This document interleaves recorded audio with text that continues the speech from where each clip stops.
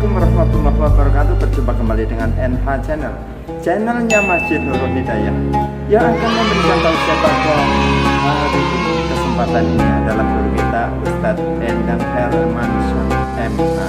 Yuk kita simak bersama, insyaallah. Assalamualaikum warahmatullahi wabarakatuh. Alhamdulillahi rabbil alamin. Allahumma salli wa sallim wa karrim wa barik ala sayyidina wa maulana Muhammadin wa ala alihi wa ashabihi ajma'in, amma ba'du. Menjadi orang yang soleh bukanlah satu pilihan tetapi satu keharusan. Ketika kita tidak menjadi orang yang soleh, maka pasti kita akan jauh dari surga dan dekat dengan neraka. Sebaliknya, jika kita menjadi orang yang soleh, maka insya Allah kita akan jauh dari neraka dan dekat dengan surga. Innalladzina amanu wa amilus solihati lahum jannatun na'im. Sesungguhnya orang-orang yang beriman dan orang-orang yang soleh, maka tempatnya adalah di dalam surga yang di dalamnya penuh dengan kenikmatan. Berkaitan dengan soleh atau tidak solehnya seseorang, salah seorang sahabat Rasulullah SAW, Ali bin Abi Thalib, beliau pernah mengatakan di dalam makalahnya yang sangat populer. Beliau mengatakan, laula khamsa hisalin lasoran nasu kulluhum salihin. Seandainya tidak ada 5 perkara, niscaya seluruh manusia akan menjadi orang yang soleh. Dengan kata lain, Ali bin Abi Thalib mengatakan bahwa sesungguhnya ada 5 perkara, yang mana kalau 5 perkara ini ada di dalam diri kita, maka kita akan sulit atau susah menjadi orang-orang yang soleh. Pertama, kata Ali bin Abi Thalib, yang membuat kita susah menjadi orang yang soleh adalah al-qana'atu bil jahli. Terima dengan kebodohan, puas dengan kebodohan. Kita sadar bahwa diri kita ini bukan termasuk orang yang pintar, tapi kesadaran kita belum mampu membuat kita bergerak untuk rajin belajar sehingga kita bisa menjadi orang yang pintar. Contoh yang lain, misalnya kita sadar betul bahwa kita belum bisa membaca Al-Quran, tetapi kesadaran kita belum mampu membuat kita bergerak untuk rajin belajar membaca Al-Quran, sehingga kita tidak disebut lagi sebagai orang Islam yang tidak mampu membaca kitab sucinya sendiri. Ketika kita menyadari bahwa diri kita ini termasuk orang yang bodoh, maka kita harus mengupayakan berubah supaya diri kita ini tidak lagi menjadi orang yang bodoh. Solusinya adalah kita rajin belajar. Kemudian kita harus rajin datang ke majelis ta'lim untuk menuntut ilmu, untuk belajar kepada seorang guru, kepada seorang ustadz, seorang kiai, supaya kita tidak lagi menjadi orang-orang yang bodoh. Lalu yang kedua, yang menyebabkan kita sulit menjadi orang yang soleh adalah al-hirsu ala dunya. Rakus dengan dunia, tamak dengan dunia, serakah dengan dunia. Ketika kita berbicara tentang rakus dengan dunia, bukan berarti kita tidak boleh mencari dunia. Boleh, dipersilahkan. Nabi sendiri pernah mengatakan, aslihu dunyakum wa'malu li akhiratikum. Perbaiki duniamu dan beramalah untuk kepentingan akhiratmu. Jadi konsep yang diberikan Nabi adalah konsep seimbang antara dunia dan akhirat. Kemudian kita pastinya pernah mendengar qaul yang sangat populer dari cucunya Umar bin Khattab, yaitu Umar bin Abdul Aziz. Beliau pernah mengatakan, i'mal lidunyaka ka'annaka ta'isu abada. Bekerjalah kamu untuk kepentingan duniamu seakan-akan kamu akan hidup selamanya. Wa'mal li akhiratika ka'annaka tamutu goda. Dan beribadalah untuk kepentingan akhiratmu seakan-akan kamu akan mati besok pagi. Kemudian dengan kita mencari dunia bukan berarti kita harus melupakan akhirat. Dan yang paling unik adalah kalau kita mencari dunia, bagusnya kita manfaatkan untuk kepentingan ibadah. Membangun masjid diperlukan dunia. Dalam kata lain, ketika kita membangun masjid tentu membutuhkan uang untuk pembangunan masjid. Membangun musola, membangun majelis taklim butuh uang, butuh dunia. Kemudian ibadah-ibadah yang lain, zakat, infak, sedekah itu membutuhkan dunia, membutuhkan uang. Walaupun sedekah dengan cara apapun bisa, tetapi yang paling umum adalah bersedekah dengan menggunakan uang. Kemudian umroh, haji, semua itu butuh uang. Maka silahkan kita mencari uang sebanyak-banyaknya, silahkan kita mencari dunia sebanyak-banyaknya, tetapi ingat, harus kita gunakan dunia dan uang yang kita miliki untuk kepentingan ibadah, untuk kepentingan akhirat kita. Yang dilarang adalah al-hirsu ala dunia, rakus dengan dunia, serakah dengan dunia. Yang dinamakan rakus itu satu kondisi di mana ketika kita memiliki sebuah keinginan, ketika kita memiliki satu hajat, kita sudah tidak memperdulikan lagi mana yang boleh dan mana yang tidak boleh. Kita sudah tidak memperdulikan lagi mana yang baik dan buruk, dan kita sudah tidak memperdulikan lagi mana yang halal dan haram. Selama kita mau, selama kita ingin, maka kemauan kita dan keinginan kita ini harus tercapai bagaimanapun caranya, tanpa pernah memperdulikan mana yang boleh, mana yang tidak boleh, tanpa pernah memperdulikan mana yang baik dan yang buruk, dan tanpa pernah memperdulikan mana yang halal dan mana yang haram.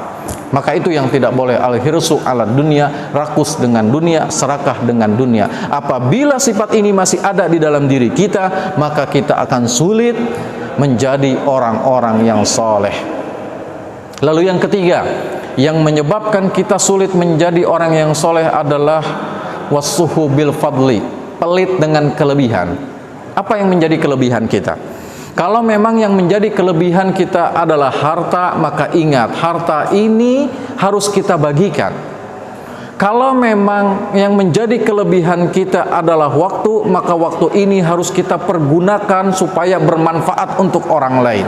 Apapun kelebihan kita, kita tidak boleh pelit dengan kelebihan kita. Kalau memang kita punya kelebihan di dalam harta, ingat zakatnya, ingat infaknya, ingat sedekahnya. Sedekah secara terang-terangan boleh, sedekah secara sembunyi-sembunyi pun boleh. Sebab kata Nabi, as-sadaqatu sirri tut'aiful ghadabar rabbi wa sadaqatu alaniyati junnatu minan nar. Sedekah secara sembunyi-sembunyi bisa meredam murkanya Allah, dan sedekah secara terang-terangan mampu menghindarkan kita dari api neraka. Dan ingat bahwa ketika kita bersedekah, harta yang kita miliki tidak serta-merta akan habis. Justru Allah sudah mengiming-imingi kita.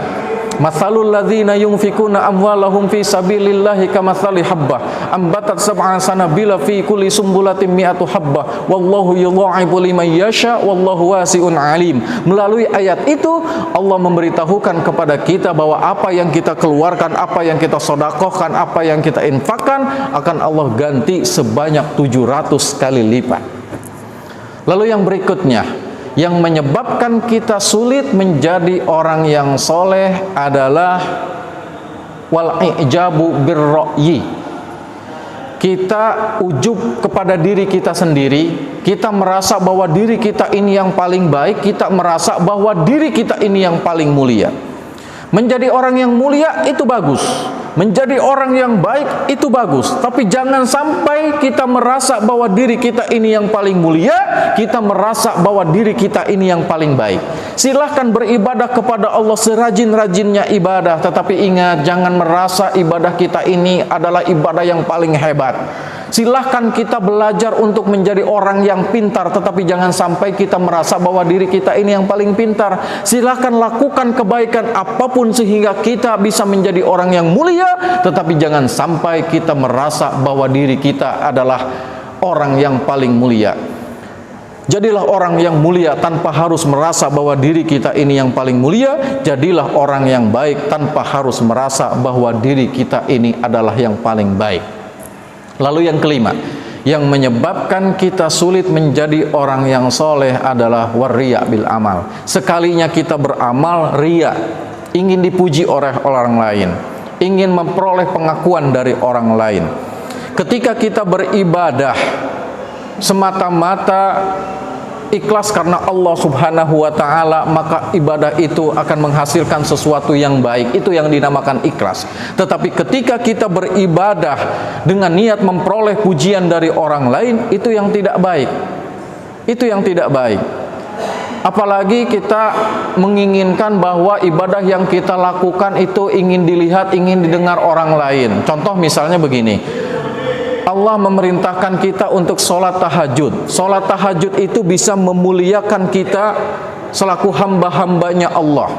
Kenapa? Di saat orang lain tertidur, kita justru beribadah. Di saat orang lain tertidur, justru kita sholat. Ketika kita beribadah, ketika kita sholat, tidak ada satupun orang yang tahu. Dan itulah yang membuat kita dimuliakan oleh Allah Subhanahu wa Ta'ala. Namun yang terjadi sekarang kita lihat, misalnya contoh anak-anak muda, atau barangkali ada orang tua pun yang berbuat begini. Dia selesai melaksanakan sholat tahajud, kemudian nulis status alhamdulillah selesai sholat tahajud. Nah, ini yang tidak bagus. Sholat tahajud itu bagusnya dilakukan secara rahasia, bagusnya dilakukan tanpa orang lain tahu, sehingga Allah akan memuliakan kita. Jangan sampai justru orang lain tahu, jangan sampai kita melaksanakan sholat tahajud dikarenakan kita ingin memperoleh pujian dari orang lain. Jangan sampai riya. Rasulullah Shallallahu Alaihi Wasallam pernah bersabda, Innal jannata takallamat wa qalat ana haram ala kulli bakhilin wa muro. Sesungguhnya surga berbicara dan berkata, aku haram dimasuki oleh orang-orang yang bakhil dan orang-orang yang riya. Itu sebagai sebuah pertanda bahwasanya balasan Allah kepada orang-orang yang riya sangat berat. Maka hadirin, jangan sampai ketika kita melakukan ibadah dengan niat kita ingin dipuji oleh orang lain, dengan niat kita ingin memperoleh penghargaan dari orang lain. Cukup ridho Allah yang menjadi tujuan kita dalam beribadah. Itulah tadi 5 perkara yang mana kalau 5 perkara ini ada di dalam diri kita, maka kita akan sulit menjadi orang yang soleh. Maka mudah-mudahan Allah Subhanahu wa Ta'ala memberikan kekuatan kepada kita sehingga kita bisa terhindar dari 5 perkara ini, sehingga kita bisa menjadi orang-orang yang soleh. Amin ya Allah ya Rabbal Alamin. Terima kasih. Wallahul muwaffiq ila aqwamit thoriq. Wassalamualaikum warahmatullahi wabarakatuh. Sahabat NH Channel yang berbahagia, demikian tadi kultum yang telah disampaikan oleh guru kita Ustadz Endang Hermansyah MA. Mudah-mudahan dapat meningkatkan keimanan dan ketakwaan kita kepada Allah Subhanahu wa Ta'ala dengan ilmu-ilmu yang telah beliau berikan. Jangan lupa kepada sahabatku semuanya yang belum subscribe, silahkan Anda subscribe, like, komen, ataupun di-share ke media yang lain. Mudah-mudahan menjadi semangat buat kita untuk